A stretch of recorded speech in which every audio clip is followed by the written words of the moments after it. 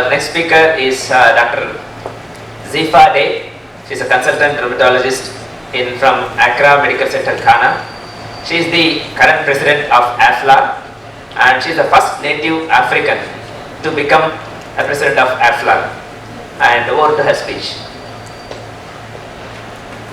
She's going to talk to us on lupus in Africa. Disclosures to make regarding this presentation. Is lupus rare as the unicorn in Africa? This is the story that we've been told. This is what the publication and data seem to suggest. But is it really the story? We shall find out soon. The objective of my presentation is to highlight the increasing number of lupus cases in Africa, to show the differences and similarities in clinical features between African cohort and other ethnic groups or populations, explore reasons for severe disease phenotypes among lupus patients, the management challenges of lupus in Africa. Also, maybe offer some suggestions and recommendations for care and research. The existence of lupus in Africa has long been shrouded in mystery and in controversy. Historically, cases were not published in Africa, especially in sub-Saharan Africa. The first case of lupus was probably presented or seen in 1961, and from the period between 1971 and 1984, only 413 cases of the disease were recorded. Before and during this period, there were simply no epidemiological studies that had been published, or they were non-existent. Following the year 1984, however, a larger number of cases of lupus were reported all across the continent, a lot of them being cross-sectional and cohort studies, as well as some surveys among clinicians describing the presentations of lupus on the continent, which showed a steady rise in the number of cases as seen in some of the presentations or research articles in there. These are some of the studies that gave rise to this increasing evidence. I'll highlight a few. In 1996, Tikle et al. Presented on 111 South Africans who looked and described the clinical features and autoantibody antibodies of the lupus patients. Abudi et al. Described 42 Senegalese patients in 2008. Adilewo in Nigeria presented in 2012 95 SLE cases. This number increased to 356 in the 2017 publication. Moody et al. In 2017 as well presented on 406 lupus cases in South Africa. There's a large resource of publications from North Africa, especially Egypt, which is not captured here in this presentation. I must say most of my presentation is sub-Saharan African bias. In the northern part of Africa, there may be more, or there is more publications on lupus than can be captured.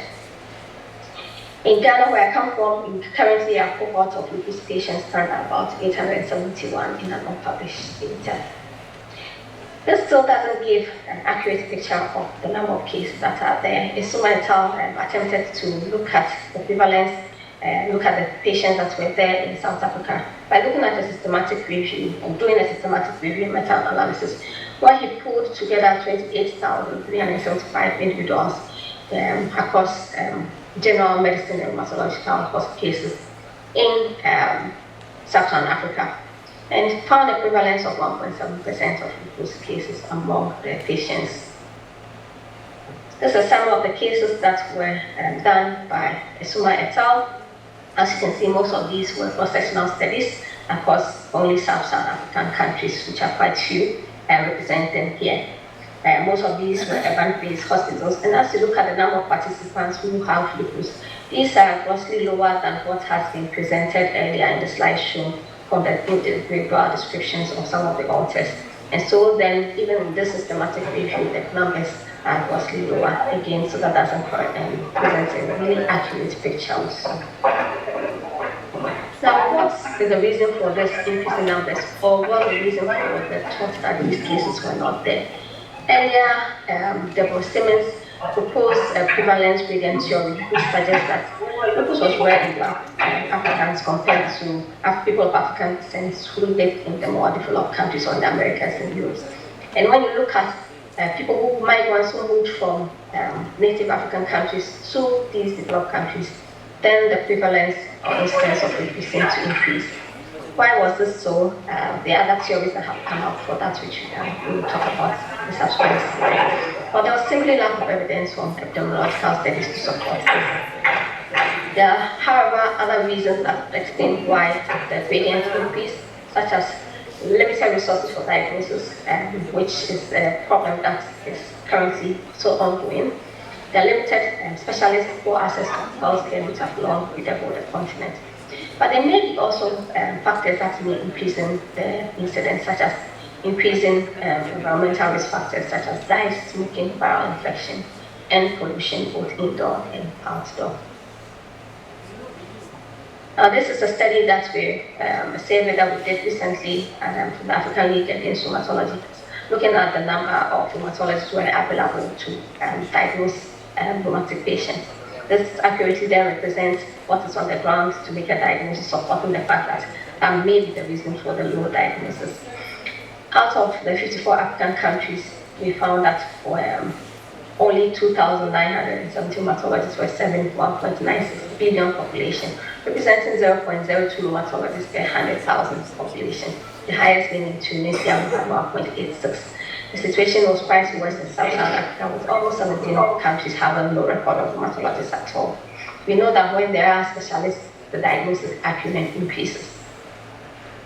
Also accounting for some of these delays, or some of the lack of the diagnosis, is the delay in diagnosis. We'll notice that a lot of, there was a striking delay in presentation to diagnosis. In most countries, that some went as far as 8 years before diagnosis were made. In Tunisia, this was 15.6 months, 30 months in Nigeria. Even in the northern part of Africa, this was also seen. This delay mainly attributed to mistaken diagnosis by general practitioners of attributing lupus symptoms to malaria, bacterial infections, tuberculosis, and even HIV. What about more inherent factors that may be occurring on the continent or in some of these countries? Our old friends, the microbes, may also play a role in protecting us or increasing the risk of autoimmune disease. We know that there's increased incidence of allergic and autoimmune disorders when there is an improvement in sanitation standards and practice. In countries where there's widespread use of antibiotics, milk pasteurization, and vaccination against common childhood preventable diseases, and almost a steady supply of sterile water. And to sterile environments, the increases of autoimmune diseases increases. It is thought that the presence of these microbes have a salutary effect on the robust function of the immune system. Basically, look at them as being in competition, where the more stronger immune system that is needed to fight these microbes are in competition with the weaker immune response that is needed for an autoimmune disease to occur. Definitely, the ones needed to fight the microbes predominate in competition with for cytokines, growth factors, and also regulatory factors. But when these parasitic infections are under control, then there is no competition for this immune dysregulatory factors, and so then the immune system is easily activated. What about genetic factors? We know genetic factors have been linked, but there's no precise gene that has been linked with lupus in Africa. There have been some suggestions, but this is not entirely yet well classified. Again, infections such as cerebral malaria and malaria infections may be one of the reasons why there is an increased prevalence or not. Cerebral malaria, for example, is thought to have a protective effect against, or the gene that protects against cerebral malaria is thought to have a protective effect against getting autoimmune diseases.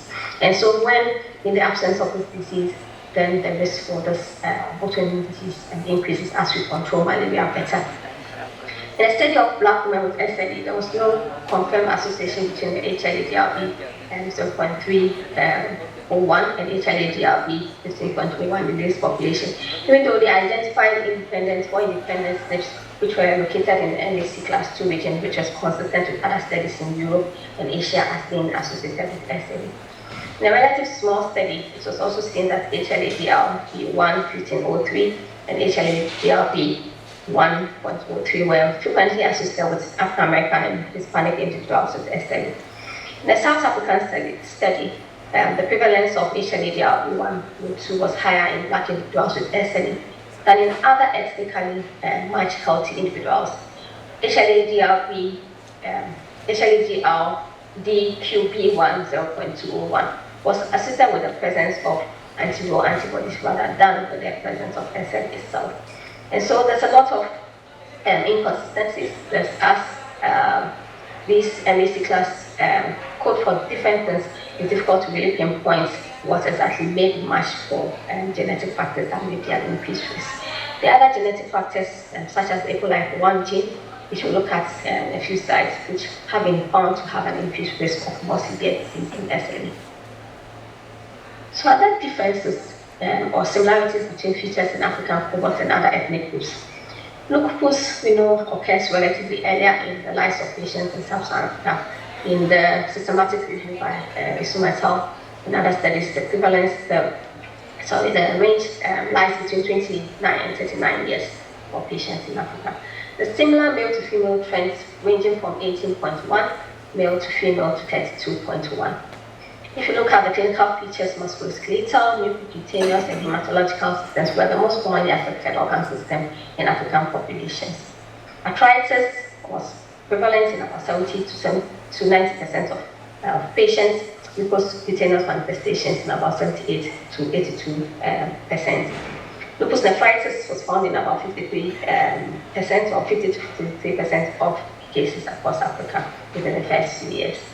Among the cutaneous manifestations, this where lupus was less common in North Africa than in South Africa, in Sub-Saharan Africa, such as Nigeria, South Africa, and Kenya, where it was a bit higher, between 22 and 44% of cases had described lupus manifestations.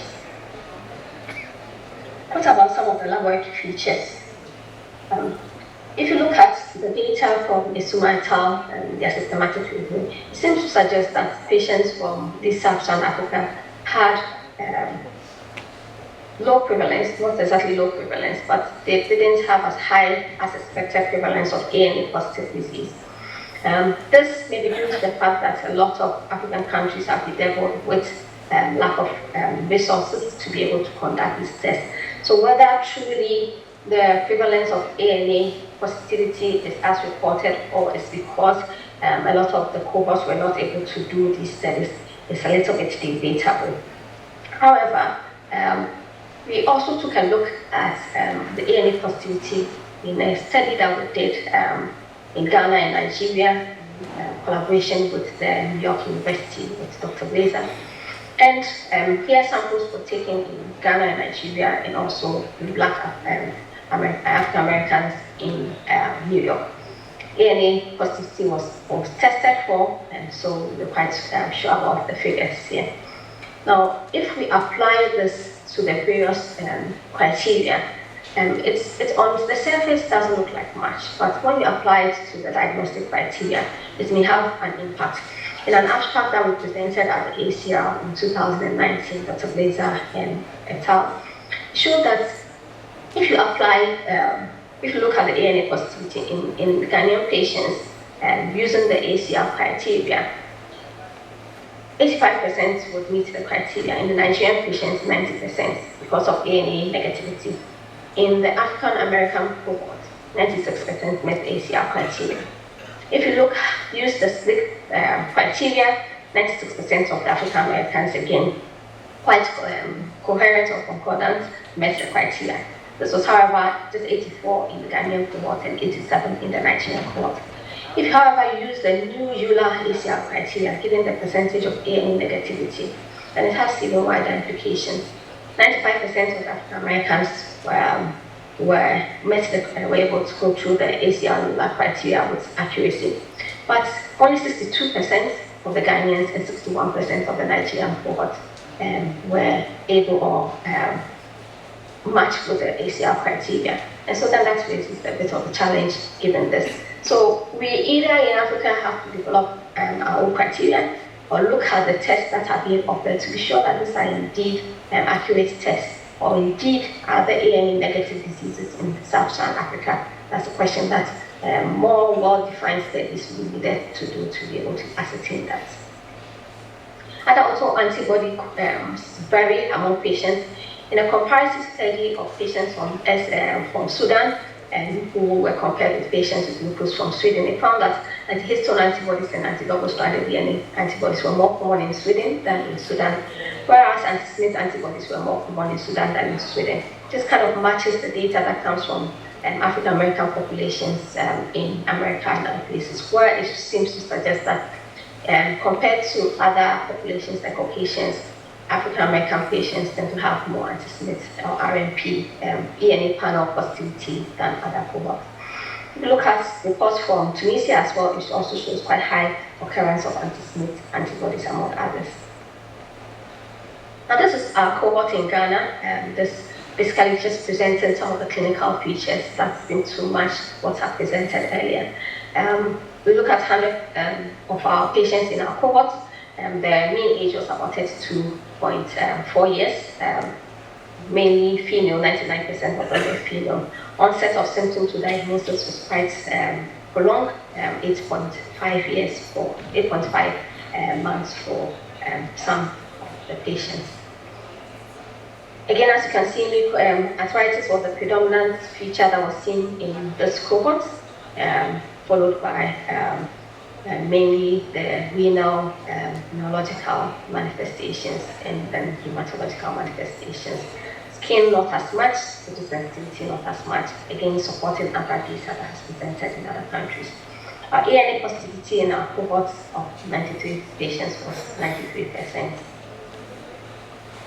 Now, what about other clinical features? The occurrence of lupus nephritis, as we said, range from about 50 to 53% in some studies that have been described.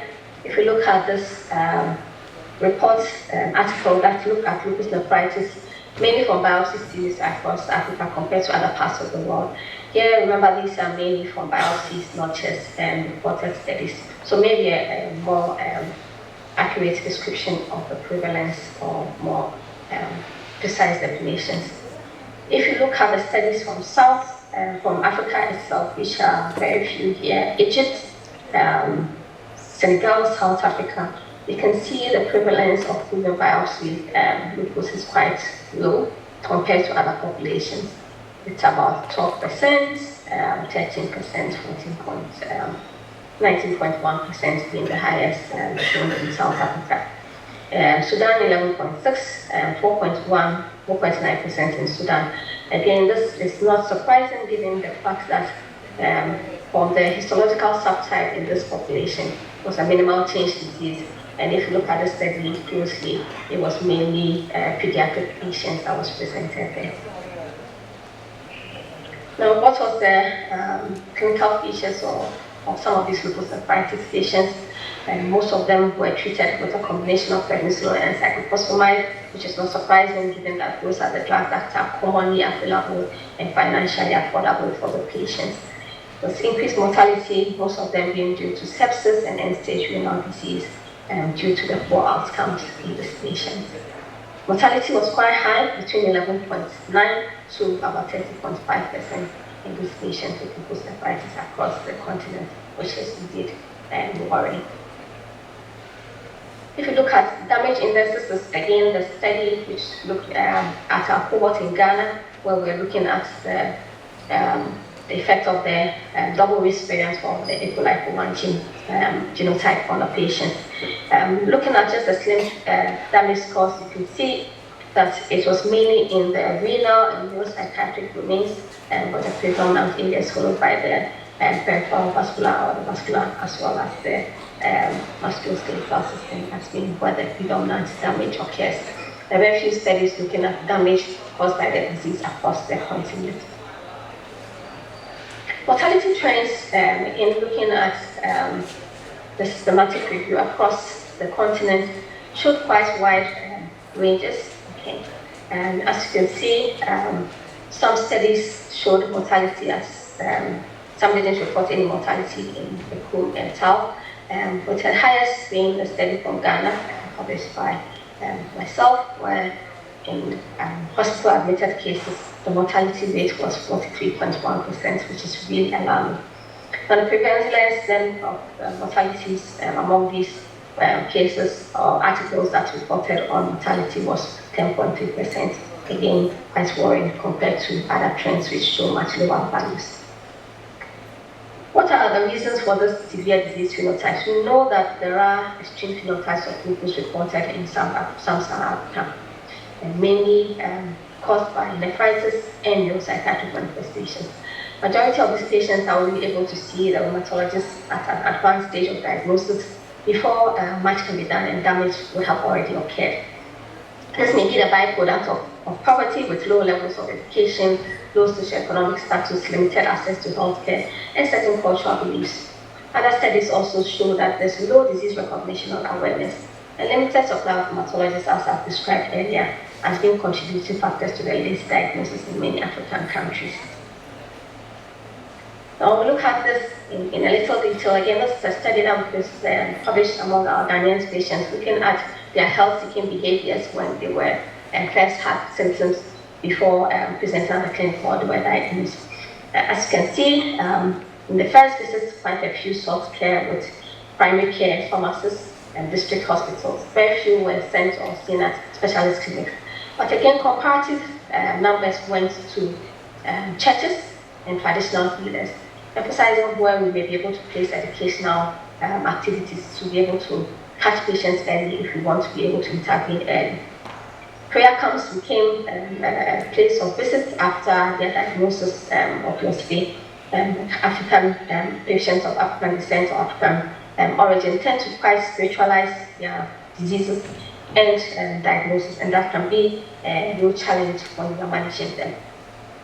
Worrying, however, as well is if you look at the trends, even when they saw a specialist, second visits increased, third visits, but subsequently this tapered off over time. We need to know why this is happening in order to intervene. Compared to places like the churches where the visits didn't change at all, prayer camps where it also remained quite steady, and even though it tapered over time, quite higher than what was seen in the rheumatological cases. We assume that the first three primary care pharmacists and district hospitals, once they've been referred to specialists, then there was no need for subsequent visits, and so this data is well understood there. Other authors have proposed a more biologic reason for the severe disease phenotypes. Mainly look at the contribution of genetic factors to explain the severe disease subtypes among patients, stressing that lupus is inherently more aggressive in Africans, and this has been seen in other Black African lupus populations living across the country in other places too as well. Now, what is one of such factors? The APOLIPE1 gene risk gene may be one of these factors that may predispose patients to severe lupus. The APOLIPE1 gene was a protective gene that was acquired over time to protect against trypanosomia and brucei in Southern Africa or Sub-Saharan Africa. Over time, however, it's been shown that this gene, which was supposed to be a protective gene against trypanosomiasis, increases risk of severe disease across various disease phenotypes or disease entities, such as in diabetes, hypertension, and renal disease. And some studies have shown that this is also the case in lupus as well. We look at the APOLIPE1 risk genotypes in our Ghanaian lupus patients and comparing them with patients in African American patients in NYU, New York University as well. What was worrying in our cohorts was that for those who had a double risk variant, the odds ratio of developing end-stage renal disease was about 14. And the damage index was quite high, mainly in the renal and neurological systems, which was about 83.1 for those who had a double risk variant compared to those who had a single or low risk variant at all. Despite the fact that there was no difference in disease activity among these three groups, which is again showing that the gene type definitely influences outcome, both morbidity. Looking at the death rate, 25% of patients who had a double risk variant died at the end of 12 months in the study, compared to 2.3% who had a single or low risk variant. Given a case fatality rate, which was quite high, of about 14% here. So the APOLIPE1 gene is an important genetic contributor to SLE morbidity and mortality. And this really needs more studies to be able to know how best interventions can be put in place for patients. There are other studies that have been published which show that other factors may influence disease progression in lupus nephritis, such as hypertension, massive proteinuria, high disease activity index inherent among patients, lack of remission following induction therapy among patients, some of the contributing factors for death for patients developing end-stage renal disease among the continent. There are challenges with managing patients with lupus in Africa, as I've alluded to earlier. Serological tests take about 2 weeks turnaround time to come, which is valuable time that is lost waiting to make a diagnosis. Biopsies turnarounds can go as much as 3 months once biopsy samples are sent outside the continent. And you cannot wait for biopsies to return before making a diagnosis or taking treatment decisions. And so you may go ahead to start treating a patient whilst waiting for this to happen. Unfortunately, this is the story across the majority of the countries in Africa, with mainly severely limited in terms of accessibility to diagnostic and prognostic tools, whereby many hospitals in these countries are not able to conduct simple tests such as renal biopsies. We've already alluded to the limited supply of hematologists and how this impacts care, and we know that even in specialized centers, when patients are managed by hematologists or people who are more specialized in lupus, the outcome is better. There's difficulty in obtaining regular supply of immunosuppressive drugs such as methotrexate, isotretinoin, and mycophenolate, as well as biologics such as rituximab, and is beyond the pocket of many patients. Most African countries have poor insurance schemes and limited budgets, meaning that most patients will have to pay out of pocket for their health care, which they cannot afford to do. Studies also show high prevalence of other comorbid conditions, especially infectious diseases where there are co-infections with bacteria and viruses, such as HIV and hepatitis, which poses a challenge in treating patients because of the immunosuppressive states, which may cause some of these other background conditions to worsen.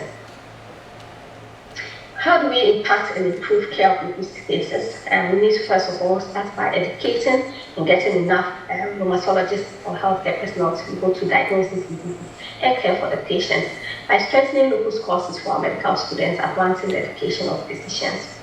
We need to organize campaigns that focus on informing the public on the burden of lupus, the incidence, the prevalence, the mortality rates across sub-Saharan Africa. There should be a collaborative care of integrating international models of lupus care with local control strategies for managing other non-communicable diseases which are already existing in Africa, such as for HIV, where we can do other neurological tests under the guise of that, or in diabetes also, where some of the available resources can be applied to our patients. Collaborations are encouraged between African physicians and researchers who have interest in lupus, such has been started by the African Lupus Genetics Network, started in South Africa, where they try to look at databases of lupus patients across the continent to be able to paint a better picture. Collaboration between health authorities and researchers is needed to gather information about the standard of care across different countries, so that we can identify risk factors as well as evaluate treatment responses with respect to outcomes of lupus disease, whereby some studies may show that there's improvement in outcomes with certain medications. Is that really what applies on the ground, given the fact that most patients in Africa are not part of clinical trials that are done? This will lead to the availability of evidence-based guidelines for diagnosing and treating the condition early in countries where there's limited or no rheumatologists or high burden of infectious disease.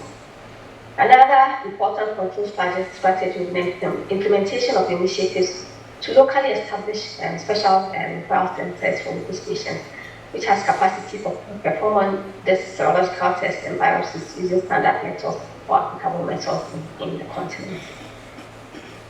In conclusion, I hope I've presented the fact that lupus is more prevalent in Africa and is not as rare as it's thought to be. Several studies have reported larger number of lupus cases and more severe disease and phenotypes and mortality on the African continent. It's important that we try to address and fill the literature gap regarding the disease trends in Africa and help create awareness of the disease existence in order to save lives. Understanding lupus in Africa, where the disease is on the rise and showing severe phenotypes, may offer possible pathogenic and therapeutic pathways for the whole continent or the whole world indeed to benefit from. More research is needed, not just descriptive studies from Africa, but it's really a depth of basic science research from the continent. Africa still remains uncharted territory when it comes to lupus, and this must be improved. Thank you very much for the invitation to present in the beautiful country of India, in Norway. Thank you very much for welcoming me, and thank you for the audience and your attention. Thank you, Dr. Day, for a wonderful presentation.